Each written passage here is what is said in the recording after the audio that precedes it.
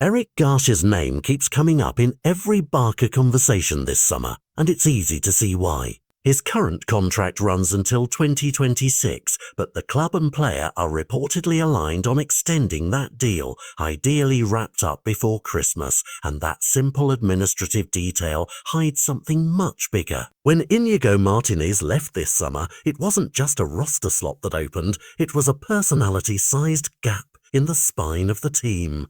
Íñigo's experience, presence and commanding voice disappeared overnight, and suddenly the squad needed someone to step forward and make decisive choices on and off the pitch. García is that someone by default and by design. A homegrown talent who has grown up in the system, who has carried youth captaincy credentials and who now looks every bit like a player ready to accept the heavier burden. Under Hansi Flick, the demands on a centre-back have shifted. Flick's blueprint wants balance from the full-backs, the left side given more license to attack while the right is asked to be more measured, and in that system the centre-backs must be both tactically disciplined and technically fluent. García has already shown he can adapt, comfortable at full-back in pre-season when circumstances required, familiar with ball progression and the kind of defensive communication Flick requires. But adaptation is different from leadership. With Íñigo gone, García will be judged not only by his interceptions and passing accuracy, but by whether he can organise a backline, steady newcomers, and hold together a dressing room that now includes bright young talents with huge upside and minimal professional experience. Speaking of youth, one name stands out and changes the equation. Dro, born in 2008 and suddenly training and performing with the first team. Dro has the kind of audacity and attention-grabbing skill that forces managers to think differently. García will have to do more than tolerate the talent. He will need to shield it, accelerate it, and sometimes restrain it so that tactical structure remains intact. That mental role is subtle but vital. It converts raw ability into consistent team value. Meanwhile, the schedule will not wait for Barca to adjust.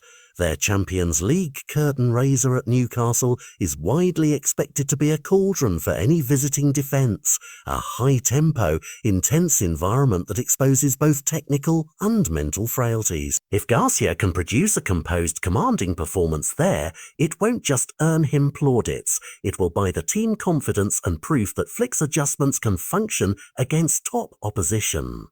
If he struggles, the doubts will multiply quickly, not just about him, but about how Barca will cope without a veteran anchor. Off the pitch, noise continues to swirl. Transfer rumours about Fermin Lopez and the spectre of facing Paris Saint-Germain in Europe keep the headlines busy.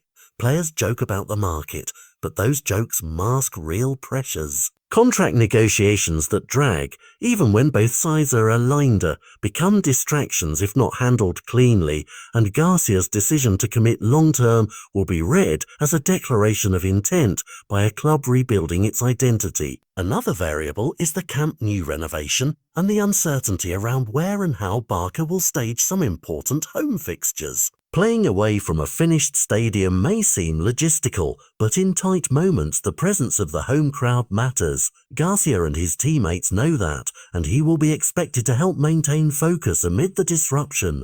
This season is therefore an inflection point. Flick's tactical tweaks demand more from defenders. The exit of a senior leader forces a new voice into prominence. Talented teenagers demand protection and opportunity, and big early tests will define narratives. García is not a headline for a simple contract story. He is at the centre of a chain reaction that could determine whether Barca becomes a more disciplined, deeper winning side or drifts into inconsistency. The practical takeaway is straightforward.